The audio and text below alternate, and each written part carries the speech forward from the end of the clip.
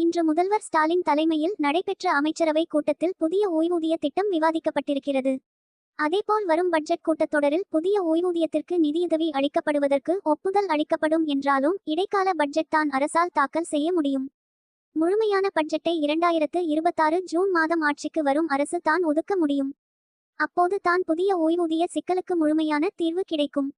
தமிழ்நாடு சட்டசபையின் இந்த ஆண்டுக்கான முதல் கூட்டத்தொடர் வருகிற 20 தேதி தொடங்குகிறது. முதல் நாள் கூட்டத்தில் கவர்னர் RN ரவி உரை நிகழ்த்துவது வழக்கம்.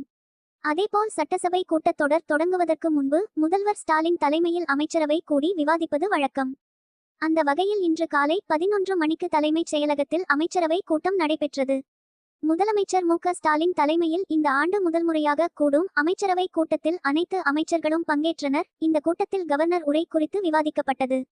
அரசின் உரையை கவர்னர் ஏற்கனவே புறக்கணித்துள்ள நிலையில் இந்த ஆண்டு தமிழக அரசின் உரையை சட்டசபையில் கவர்னர் RN ரவி வாசிப்பாரா என்ற சந்தேகம் எழுந்திருக்கிறது. மேலும் தமிழக அரசின் திட்டங்கள் மீது எதிர்க்கட்சிகள் வைத்துள்ள குறைகள் மற்றும் குற்றச்சாட்டுகளுக்கு சட்டசபையில் தரவுகளுடன் பதிலளிக்கும் வகையில் கருத்துக்களை எடுத்துரைப்பதற்கு அமைச்சரவையில் விவாதிக்கப்பட்டிருக்கிறது.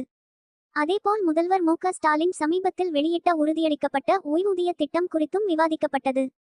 சட்டசபையில் தாக்கல் செய்யப்படும் இடைக்கால பட்ஜெட்டில் உறுதியளிக்கப்பட்ட ஓய்வூதிய திட்டத்திற்கு நிதி ஒதுக்கீடு செய்வது தொடர்பாகவும் விவாதிக்கப்பட்டிருக்கிறது.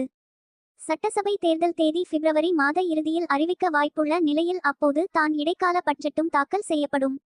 எனவே அரசு ஊழியர்களுக்கு ஓய்வூதியம் தொடர்பான நிதி ஒதுக்கீடு என்பது வரும் ஜூலையில் தான் தெரியவரும். 2026க்கு பிறகு வரும் புதிய அரசு திமுக அரசோ அல்லது எந்த அரசோ அவர்கள் தான் முடிவு செய்ய முடியும். அப்போது தான் நிதி ஒதுக்கீடு தொடர்பாக முடிவெடுக்க முடியும். அதே நேரம் அரசுக்கு போதிய வருவாய் இருந்தால் தான் அரசால் ஓய்வூதிய திட்டத்தை நடைமுறைப்படுத்த முடியும் என்பதால் வருவாய் உறுதி செய்ய வேண்டியது முக்கியம் ஆகும். இல்லாவிட்டால் அரசு கடும் நிதி நெருக்கடியை சந்திக்கும் அபாயமும் உள்ளது என்கிறார்கள் எதிர்க்கட்சிகள்.